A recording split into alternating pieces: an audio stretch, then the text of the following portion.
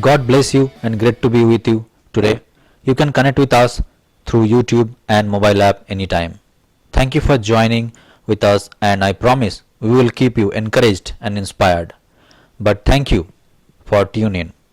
I am Ramu Gorai, pastor in God's Plan Church. I would like to start with something funny. There was a church. In the foyer of a church, a young boy was looking at a plaque with the names of men and women who had died in various wars. And then he asked the pastor, "Who are these people?" The pastor said, "Those are members of our church who died in the service." The boy asked, "The early service or the second service?" Say it like you mean it. Let's pray. Our Father, help us never to forget that no morning wears to evening without some heartbreaking. Comfort those whose happy days and sunshine have turned perhaps even suddenly to the midnight of a broken heart. Bless those who are sad. Take away the edge of their loneliness. May those who are worried find a peace of mind that comes when they realize that your word promises they will never be tested beyond what they can bear. Help those who are tempted. Give them grace to resist temptation, and warn those who are carelessly walking the razor's edge of temptation. Teach those who have not yet learned the joys of tithing what a blessing giving back to you. What is yours will be to their own lives. May those who know this joy seek to be good witness of this truth, even as of the truth that Jesus Christ saves from sin. Bless our gifts this morning to your glory. In Jesus' name we pray. Amen. Today I would like to talk about a great topic. That's Jesus thirsted so that we may drink. We all get thirsty, and for that we need the things. If we don't get it, like water, drinks, money, positions, anything, whatever, we feel thirsty, we need it. If we don't get it, we get mad. Even like for water, we cannot live for a moment. So I will take you to 2000 years back in today's topic, and we will discuss how Jesus was thirsty, and because of that we get happiness, we get the salvation, we get the good principles in our life. Basically, he was thirsty. He want to show us that he is also a human being.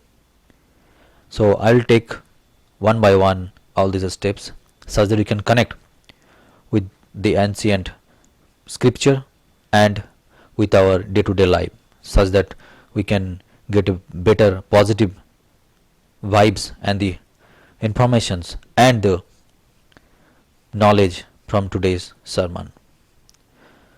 I would like to read a scripture from John 19:23-29. Then the soldiers, when they had crucified Jesus, took his outer clothes and made four parts, a part of each soldier, and also the tunic. But the tunic was seamless, woven from the top throughout.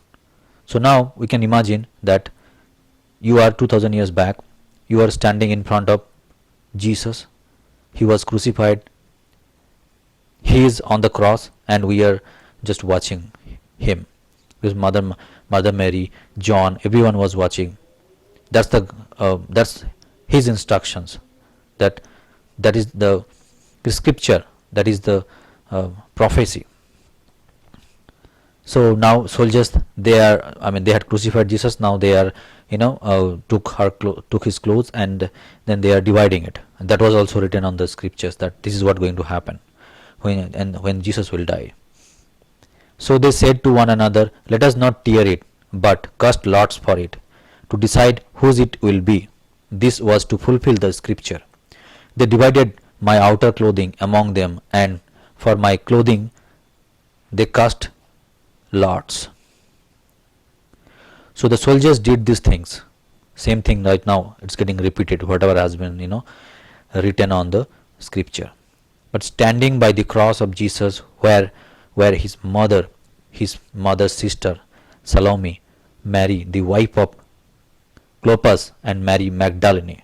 So Jesus, seeing his mother and the disciple whom he loved standing near, said to his mother, "Dear woman, look, here is your son."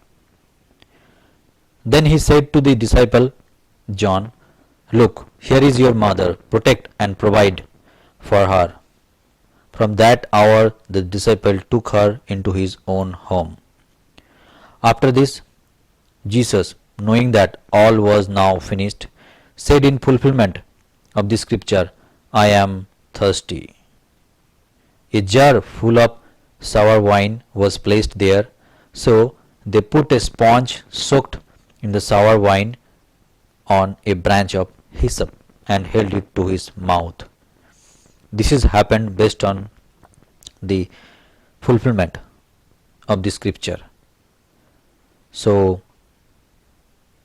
when we are reading this script, we can easily connect that what is happening at that moment in front of Jesus. Can you imagine? All these things are happening, and it is said, and it is said, and it is happening on that moment, and we are observing, we are witnessing all those things. How much strong his mother was, can you imagine? How much strong his disciple John was at that time. We are all watching and we are all seeing at that time, if we are at there. Only Jesus is sacrificing his life for the humankind. For us, he took all the sins. He told us, he showed us the path through which if we go, if we follow Heavenly Father's principles, we will be happy in our life, such that we will not be thirsty, because he was thirsty at that time. Of all the things Jesus suffered at the time, the fact of this thirst seems most inconsistent. At the beginning of his ministry, he began his conversation with a Samaritan woman by asking her for a drink, John 4:7. He used his request as a means of talking with her about his kingdom and to give her living water. Those who drink of this eternal water will never thirst again. So that Samaritan woman, she asked Jesus about this, that what is the significance, what is his kingdom. So based on that, Jesus said, whoever will drink this water, this will be eternal water, and they will never thirst again. So once we will follow Jesus and his principles and his commandment, we can easily understand that you will never become thirsty in your life. You will also make others take out from the thirst. It's not like water or drink or something. It's a knowledge, it's a spirituality, it's a salvation which can make glory of God. So his sacrifice showed us, his sacrifice opened our eyes, that how we can follow the God's principles and make our life better, make the world better, make the society better. Jesus suffered many things. Can you imagine? At that time we are all standing near to the cross, and he is taking all of our sins, and he is showing us that you have to follow the path, what I told you. Do not cry. I have taken everything from you, all your sins. Now you have only happiness. You have to take your first step. Jesus suffered many things. If we say, if I go and say each and everything, it will take long hours, but I will only go for fewer things, such that it will be easy for us to understand. How terrible were Jesus' enemies during his ministry. They surrounded him with jeers, and at the cross they continued to taunt him. During his trial, He did not open his mouth, but on the cross his suffering was so great he had to speak. See how humanity shone forth in the Saviour. He was all God, but he was also all man. Although Jesus' cry, I thirst, seems mild when compared to the other brutalities inflicted upon him, in reality it may have been the greatest. To die of thirst is one of the cruelest deaths. Do you recall these times when you have been extremely thirsty? It is one of the emptiest feeling a person can have. We seem helpless. At the beginning of Jesus' ministry, he hungered and was tempted by Satan. At the end, he was thirsty. The devil used every possible means to defeat the Savior by making him take a shortcut to his messiahship, but Jesus would not yield. We do find, however, that he cried out in this last struggle. His bodily anguish needed to find expression. Our physical needs may be forgotten temporarily during a crisis of spiritual conflict, but they always assert themselves with great insistence near the close. Jesus suffered, and he did so for our sins. Jesus did not dodge duty. He did not. He never gave up. He sacrificed his life. He suffered all the pain. And he followed. He followed his duty. Whatever instruction has been given to him as per divine plan, Heavenly Father told him. He came here on this earth. He followed each and every steps. He took all the sins. He suffered. He has given his life such that we can get a better life. We will take all the sins. He will take all the sins. In answer to Jesus' prayer, the soldiers gave him vinegar to drink. When we first read this, we are tempted to suppose that because of the unnatural type of drink they offered, the men intended to insult Jesus. That we thus rank it among the taunts and suffering Jesus endured at the crucifixion. A closer look at Oriental history customs, however, shows us that vinegar was the common drink of Roman army and was most likely to be at hand at the moment. We read elsewhere that Jesus was offered a different drink but refused it. He was offered a medicated potion, liquid, wine mingled with myrrh, to deaden his pain. Jesus refused to meet death in a state of stupefaction. Jesus refused because he would conquer sin not through the flesh but through the spirit. Had he escaped from pain and suffering through some kind of medication, he would not have borne our sins completely. The vinegar or sour wine he received was merely a refreshing draught and did not in any way deaden the pain or make him suffer less for our sins. We are thinking that why he was asking water. He was thirsty. He want to show that I have not taken any medications or anything. I have a still pain. I came here as a human being. I came here on this earth and I am human being, but I'm thirsty. So he want to show that was the significance. Can you imagine a person who is dying on the cross and all the nails are already covered up with all these different torture instruments, everything he suffered at the time. Medications, no medications, nothing will work at that time, but he suffered. He was trying to mention at the time that I am also a human being. I am suffering and I am not yet died. I can feel it, but people are taunting, joking, mocking to him. They are not even understanding the things, but in spite of that he still said to them, God, please forgive them. They don't know what they are doing it. That's amazing. That's like one great person can do. Yes, he was a great person. He is still there. He is still with us. If we can remember at the time, that area that place where Jesus was crucified. That's called Calvary. I mean, if you see, if you can remember, it will, that make you very uncomfortable. That the what kind of place that would be. The Christmas story is beautiful, but not so the message of the cross. The story of Jesus' crucifixion is ugly and painful. It is easy to say, let us now go even unto Bethlehem. But it is not so enticing to stand at the foot of the cross and hear the Savior cry. Psalm 69 is certainly a foreshadowing of this dreadful event. Jesus identified with it.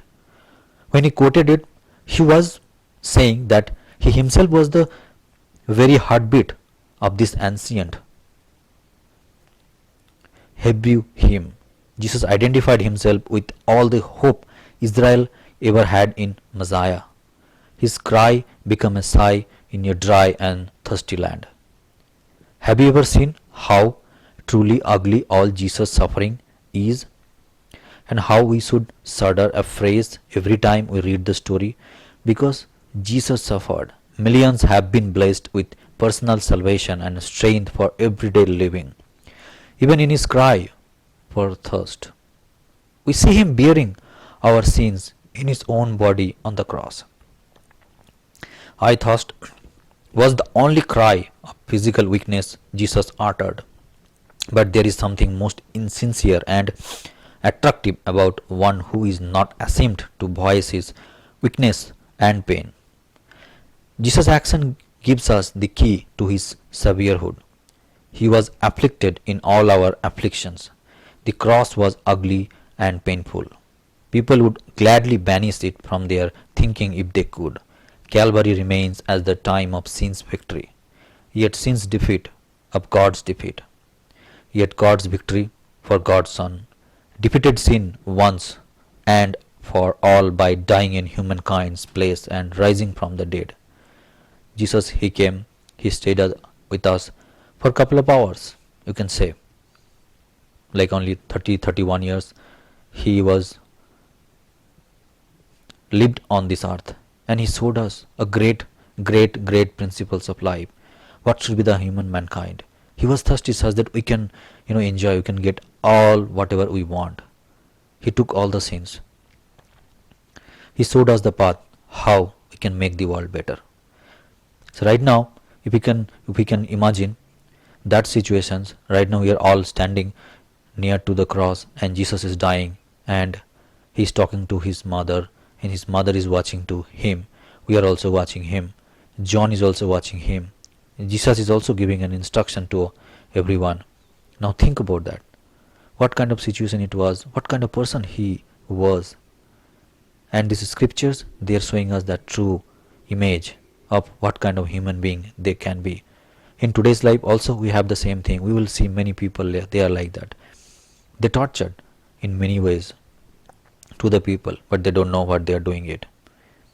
Jesus always said that you have to pay each and every penny on this earth.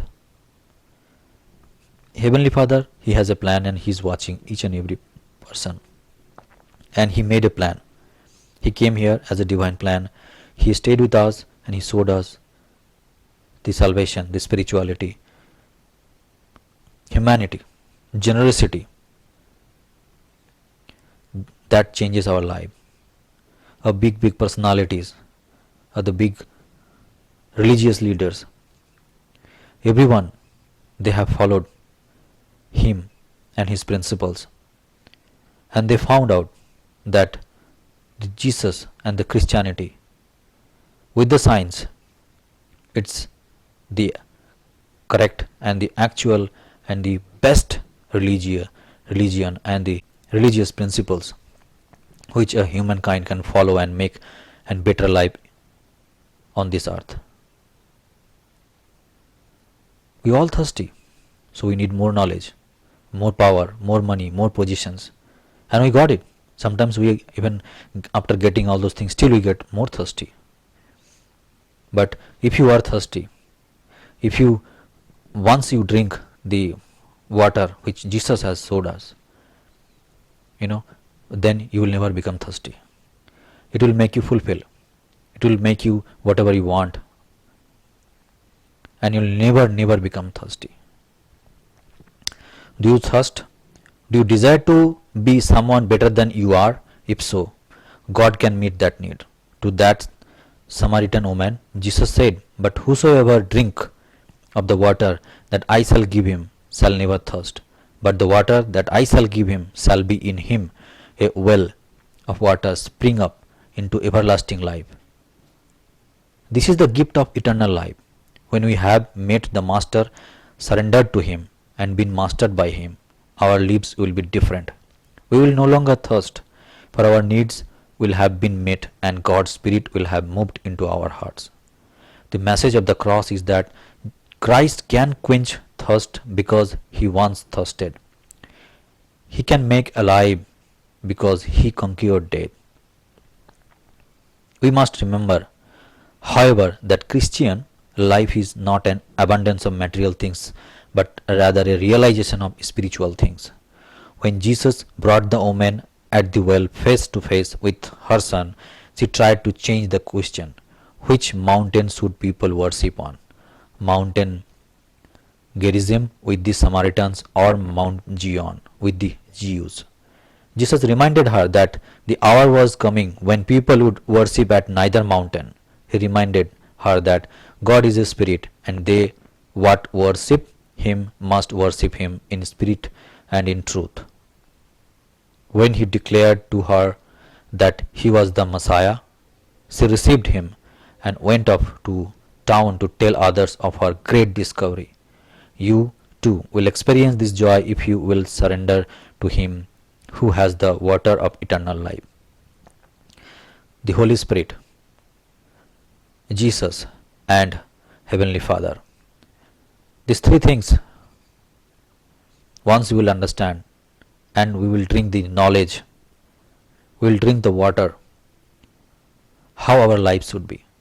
He is there. Once we will started follow him, your pain, your grip, your bad situations, your health issues, for all of the things, he has a path.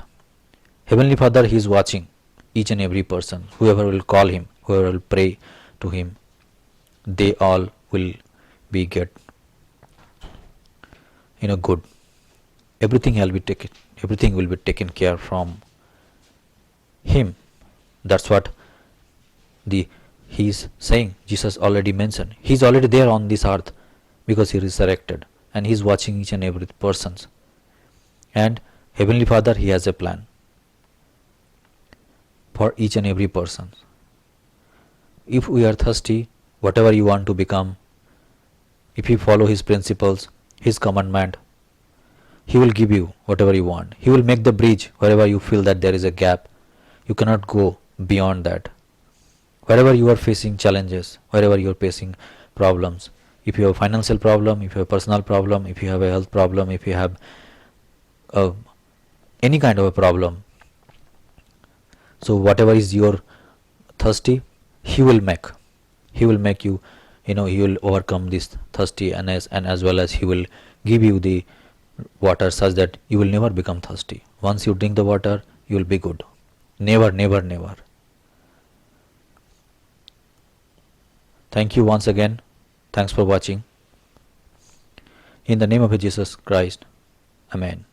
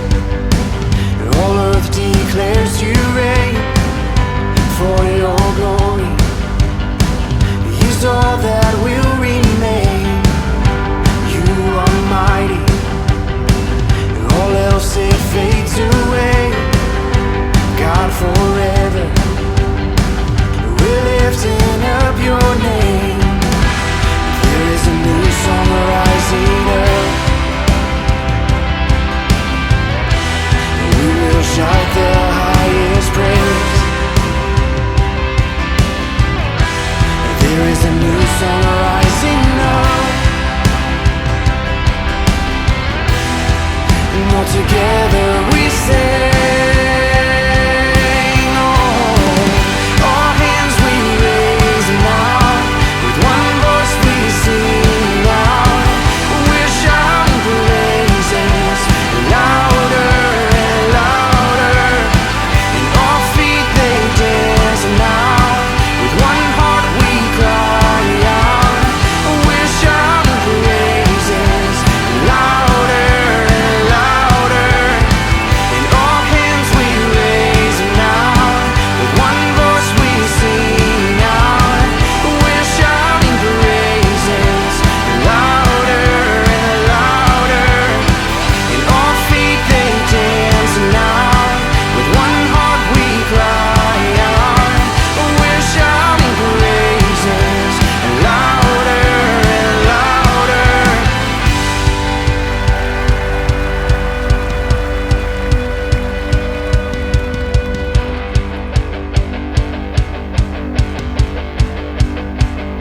We will stand and shout it from the highest mountain. We will make it louder. You have overcome. We will not be silent. We rejoice in triumph. We will make it louder. The victory is won. We will stand and shout it from the highest mountain. We will make it louder. You have overcome. We will not be silent. We rejoice in triumph. We will make it louder. The victory is won. We will stand and shout it from the highest mountain. We will make it louder. You have overcome. We will not be silent. We rejoice in triumph. We will make it louder. The victory is won.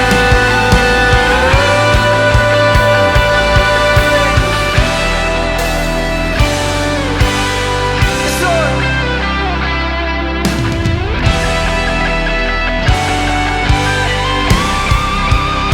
Come on. And all hands we raise now, with one voice we sing